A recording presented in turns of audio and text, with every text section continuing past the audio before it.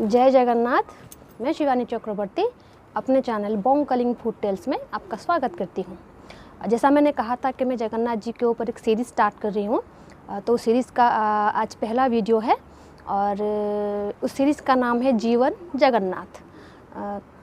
तो मैंने सोचा कि अगर मेरा पहला वीडियो है तो मैं इसके लिए टॉपिक क्या चुनूँ, क्योंकि जगन्नाथ जी के ऊपर सीरीज़ बनाना है तो बहुत सारे टॉपिक हैं। क्या मैं मंदिर चुनूँ या फिर जगन्नाथ जी का आविर्भाव चुनूँ या फिर मंदिर से जुड़े कोई रिचुअल्स चुनूँ। लेकिन क्योंकि ये मेरा कुकिंग चैनल है तो मैंने इसके लिए महाप्रसाद को अपना पहला एपिसोड के लिए चुना है। तो महाप्रसाद में हम आज बनाएंगे घी अन्न। तो हम बात करेंगे आगे महाप्रसाद के बारे में, हम आगे बात करेंगे, लेकिन पहले हम अपना जो आज का रेसिपी है घी अन्न उसको स्टार्ट करते हैं और थोड़ा वो प्रोसीजर आगे बढ़े, फिर उसके बाद हम आके महाप्रसाद के बारे में बात करेंगे। तो चलिए स्टार्ट करते हैं घी अन्न बनाना। तो अभी हम आ गए हैं हमारे किचन में और आज हम बनाएंगे घी अन्न, जो कि भगवान जगन्नाथ जी का बहुत ही प्रिय है और मैं अपने पहले एपिसोड के लिए इसी को चुना है। तो इसको बनाने के लिए हमें सिर्फ 4 चीज़ की ज़रूरत है। वो है गोविंद भोग चावल, और ये बासमती चावल के कैटेगरी में आता है, और घी, क्योंकि घी अन्न है तो इसके लिए मैंने इसके लिए तो एक्चुअली 1 कप घी के साथ 1 कप चावल के साथ 1 कप घी लगता है, लेकिन मैं यहाँ पर 1 कप चावल के साथ आधा कप घी ले रही हूँ। और ये है ऑरेंज जूस, जो कच्चा संतरा होता है ये उसी का जूस है, और ये है नमक। सिर्फ यही 4 चीज़ें लगेंगी हमें घी अन्न बनाने के लिए। 1 कप चावल के लिए आपको 3 कप पानी देना होगा। और आपको तो पता है जगन्नाथ मंदिर में जो खाना बनता है वो मिट्टी के हांडी से बनता है, उसको कुड़ुआ बोलते हैं। तो मैंने पहले ही पानी चढ़ा दिया है गरम करने के लिए, तो वो गरम हो गया है। धीमे आंच पे आपको, अगर नया हांडी है तो आपको थोड़ा धीमे आंच पे रखना होगा गैस के फ्लेम को। तो मैंने यहाँ पे पानी चढ़ा दिया था, तो यहाँ पे देखिए पानी बॉयल होना शुरू हो गया है। और ये जो 1 कप चावल है इसको मैंने धो के साफ करके रख लिया है। तो अब हम इसमें डाल देते हैं इसको। 1 कप चावल के लिए 3 कप पानी।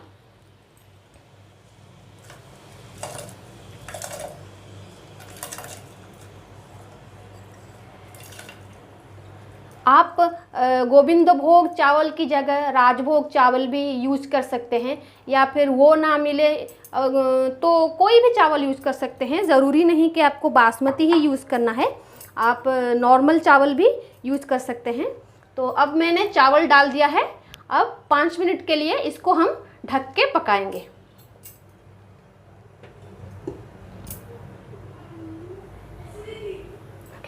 अब 5 मिनट हो गए हैं, देख लेते हैं हमारे अन्न की क्या हालत है। देखिए ये कैसे उबाल आ रहा है इसमें। अभी इसी अवस्था में हमें इसमें ये नमक डालना है, थोड़ा सा नमक इसमें डाल लेना है। और एक बात है, जगन्नाथ मंदिर की जो प्रसाद होती हैं, जो प्रोसीजर है बनने का, उसमें लैडर या स्पैचुला ये दोनों का इस्तेमाल बिल्कुल नहीं होता और ना ही हाथ लगाया जाता है। और इसलिए जो डालना है वैसे ही डालना है और वो उसी के अंदर घुल मिल जाएगा। कोई ज़रूरत नहीं है स्पैचुला और लैडर डालने की। और ये है ऑरेंज जूस, और ये कच्चा थोड़ा सा पका था, ये उसका है। अगर आपको कच्चा मिल जाता है, ये है, अगर आपको कच्चा मिल जाता है तो आप उसको डाल सकते हैं, वो ज़्यादा बेहतर रहेगा। तो नींबू डाल देते हैं, लेकिन नींबू का जो फ्लेवर होता है वो अलग होता है और ऑरेंज का जो फ्लेवर होता है वो अलग होता है। मंदिर में जो है वो ऑरेंज डाला जाता है, नींबू नहीं डाला जाता। तो मैं अब इस नींबू को इसमें डाल देती हूँ। और ये और उसके बाद ये जो घी है, क्योंकि ये घी अन्न है और इसमें भर भर के घी डाला जाता है, तो जगन्नाथ जी को घी बहुत ज़्यादा पसंद है। और जो भी मंदिर विष्णु से रिलेटेड होते हैं, भगवान विष्णु से, उन सारे मंदिरों में घी डाला जाता है। और हर मंदिर में घी डाला जाता है, लेकिन क्योंकि भगवान विष्णु खाने के बहुत प्रिय हैं, इसलिए उनको जो भोग लगता है उसमें घी जाता है। और जगन्नाथ मंदिर में तो घी पता नहीं एक दिन में कितना यूज होता है। तो ये घी मैं डाल रही हूँ उसके ऊपर। ये हो गया। और ये जो मिट्टी की हांडी होती है, आपको हमेशा याद रखना है कि आप उसको धीमे आंच पे पकाएं, क्योंकि वो बहुत जल्दी गर्म हो जाता है और उसमें गर्माहट बहुत देर तक रहती है। आप अगर गैस ऑफ कर देंगे तकरीबन उसके बाद के 5 या 10 मिनट तक भी वो उसमें पकता रहेगा। तो अभी मैंने डाल दिया है उसको, ढक दिया है। उसके बाद अब हम सिर्फ 5 मिनट तक उसको पकाएंगे, उसके बाद हम गैस ऑफ कर देंगे। अब 5-7 मिनट हो गए हैं। अब आप देखिए, अब जब इतना सा पानी होगा, मतलब ऐसे बबल्स निकल रहे होंगे, उसी हालत में आपको बंद कर देना है गैस, क्योंकि उसके बाद जो है वो जो मिट्टी के बर्तन जैसे मैंने बोला था कि वो हीट रहता है उसमें, वो 10 मिनट तक वो वैसे ही उसमें हीट रहेगा और जो पानी है वो सोख लेगा। तो अभी मैं गैस बंद कर देती हूँ और उसको 10 मिनट रख देती हूँ। अभी हमारा घी और न बन रहा है, उसको थोड़ा टाइम लगेगा बनने के लिए। तो उसी बीच हम बात कर लेते हैं महाप्रसाद के बारे में। तो महाप्रसाद क्या है, क्योंकि बहुत सारे मंदिर हैं, हर मंदिर में भगवान के लिए प्रसाद बनता है, लेकिन उसको तो महाप्रसाद नहीं कहा जाता ना, उसको हम सिर्फ प्रसाद बोलते हैं। हर मंदिर में जाते हैं, जो भी प्रसाद हम खाते हैं उसको प्रसाद ही बोलते हैं। लेकिन जगन्नाथ मंदिर में आके आप उसको महाप्रसाद क्यों बोलते हैं? तो कुछ लोगों का मानना है क्योंकि जगन्नाथ जी को पहले अर्पण होता है, उसके बाद जो अधिष्ठात्री देवी हैं माँ बिमला, पुरी की जो अधिष्ठात्री देवी हैं, जो उसी पुरी मंदिर की बेढ़ा में रहते हैं, उनको अर्पण होता है, उसके बाद वो महाप्रसाद बनता है। ये बिल्कुल गलत नहीं है, थोड़ा सही है, आधा सच है ये। क्योंकि जगन्नाथ मंदिर ऐसी जगह है जहाँ पर आप बहुत सारी चीज़ें हैं जो आपके समझ से परे है। आप दूसरे मंदिर में जाएंगे, वहाँ नॉर्मली खाना बनता है, भगवान का एक रसोड़ा होता है, रसोघर होता है, वहाँ पे जाके जो ब्राह्मण होते हैं वो खाना बनाते हैं, उसके बाद वो सीधा आके भगवान जी को अर्पण होता है। लेकिन जगन्नाथ मंदिर में थोड़ा अलग है, थोड़ा नहीं सब कुछ अलग है। तो वहाँ पर ऐसा नहीं है कि आप जब चाहे तब चले गए और रसोई स्टार्ट कर दी, ऐसा नहीं होता। तो वहाँ पर पहले मैं बता देती हूँ महाप्रसाद के बारे में। महाप्रसाद को महाप्रसाद क्यों कहते हैं?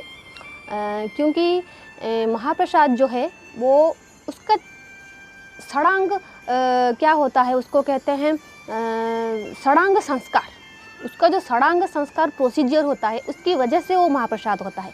और ये जो षडांग संस्कार है वो किसी दूसरे मंदिर में नहीं है, ना शिव जी को समर्पित किसी मंदिर में है, ना विष्णु जी को समर्पित किसी मंदिर में है।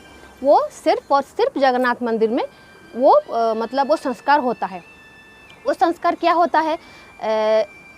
भगवान का अवकाश पूजा हो गया, भगवान का तो 5 बार 6 बार मंदिर में पूजा होता है, उसके बारे में मैं अपने दूसरे एपिसोड में बताऊंगी। तो उनका एक पूजा होता है अवकाश सूर्य पूजा।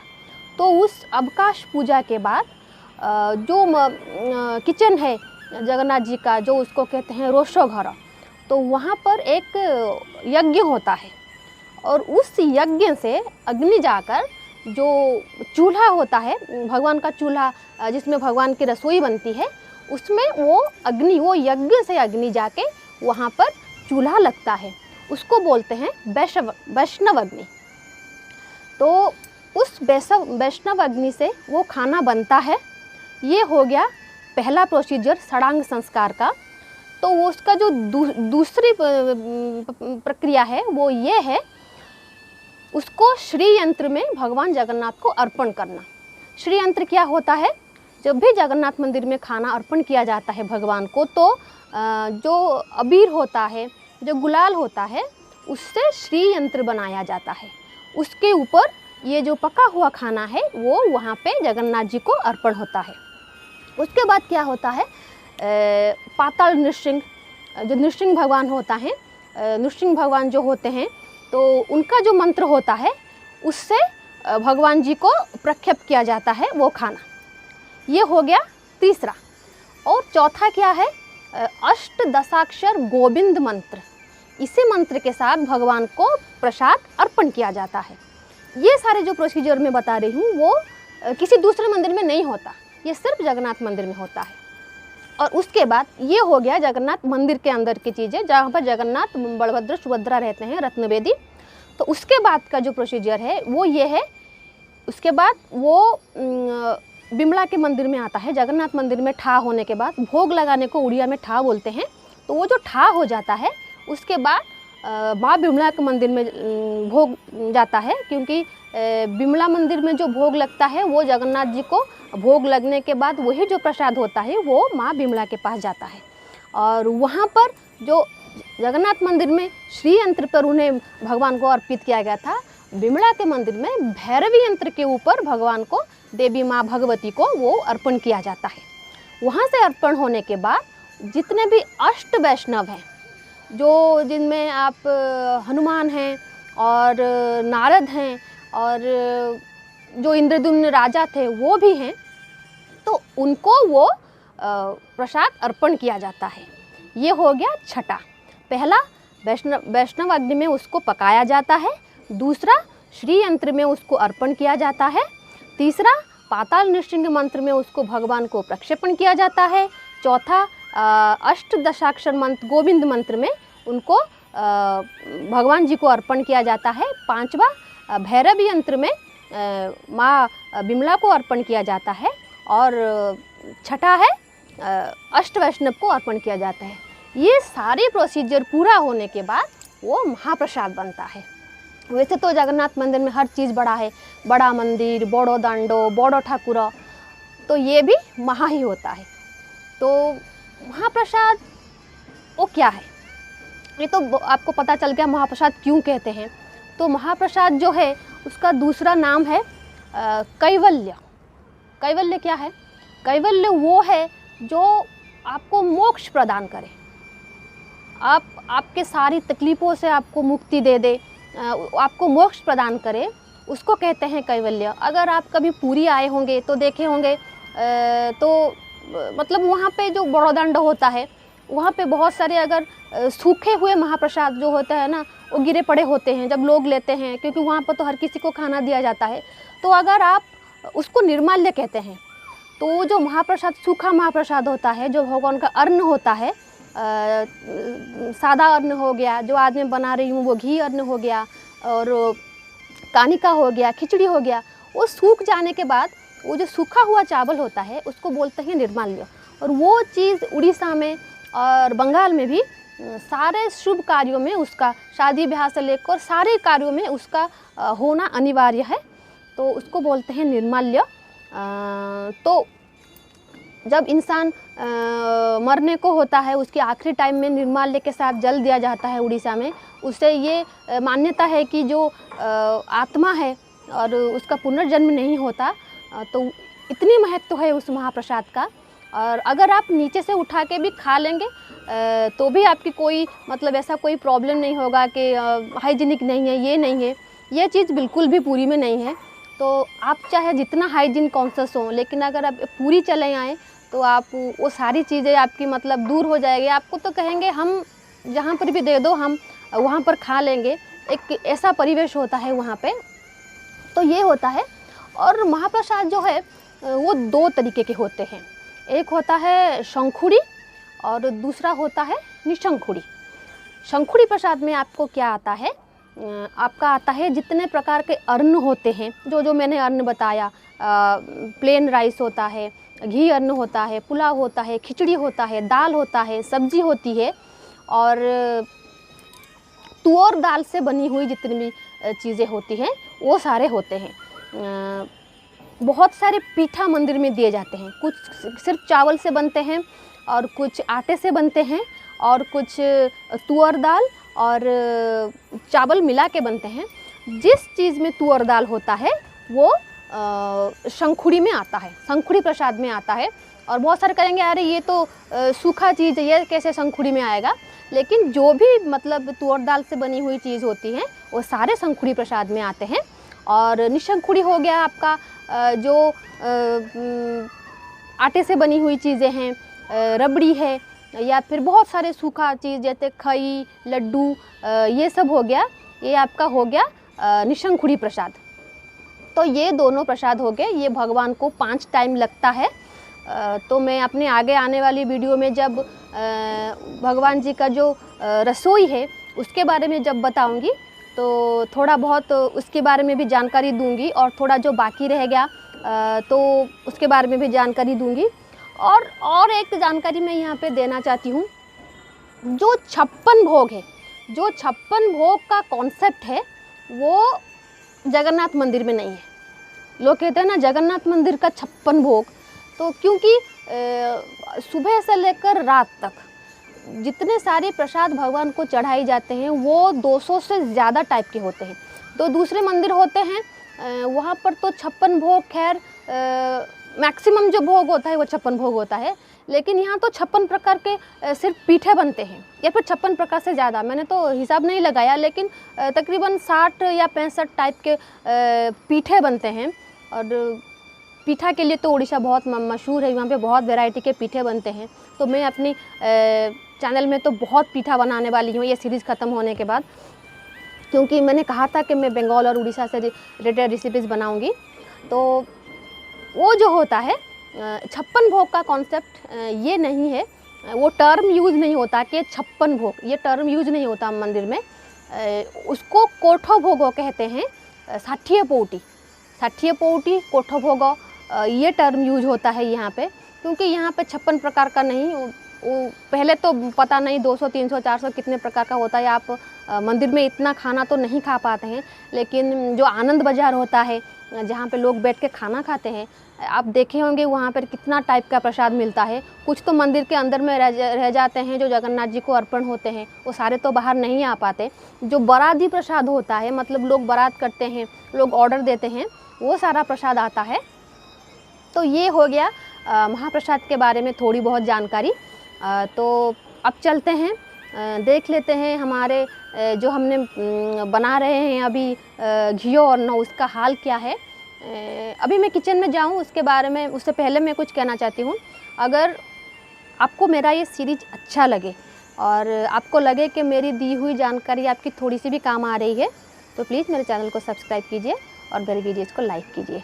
और ये वीडियो बेसिकली जो उड़ीसा के बाहर लोग रहे हैं उनके लिए ही है, क्योंकि उड़ीसा के लोगों को तो खैर इसके बारे में सब कुछ मालूम होगा, जो बाहर के लोग हैं ये उनके लिए है। तो ये जो सीरीज़ है मेरा जीवन जगन्नाथ, उसको सफल बनाने के लिए मैं सबसे अपील करती हूँ। और मैं बहुत खुशकिस्मत समझती हूँ अपने आप को कि मुझे ये मौका मिला कि मैं जगन्नाथ जी के बारे में मेरी तरफ से जितना हो सके लोगों को जागरूक करूं। और ये मेरी तरफ से भगवान जी के प्रति एक भक्ति ही है, और मैं चाहती हूँ जो भी जगन्नाथ जी के मानने वाले हैं वो इस भक्ति में मेरे साथ शामिल होइए। और ये सीरीज़ ख़त्म होते होते जो भी जानकारी आपको मिलेगी, जब वापस आप पुरी आएँ, खैर अभी तो मंदिर बंद है, जब आप वापस पुरी आएँ तो आप हर उस जगह को जाएं, हर उस जगह के महात्म्य को समझें जो मैं अपने वीडियो में बताने वाली हूँ। तो रहती हूँ और आगे चल के देख लेते हैं कि हमारे घी अन्न का क्या हाल है। जय जगन्नाथ, चलते हैं। अब हम खोल के देख लेते हैं 5 मिनट के बाद वो हो गया कि नहीं। ये देखिए हमारा घी अन्न पूरी तरह से तैयार है जगन्नाथ जी को समर्पण करने के लिए। तो आप यही प्रोसीजर अपनाइए, आपका रिजल्ट बहुत अच्छा निकल के आएगा। जय जगन्नाथ।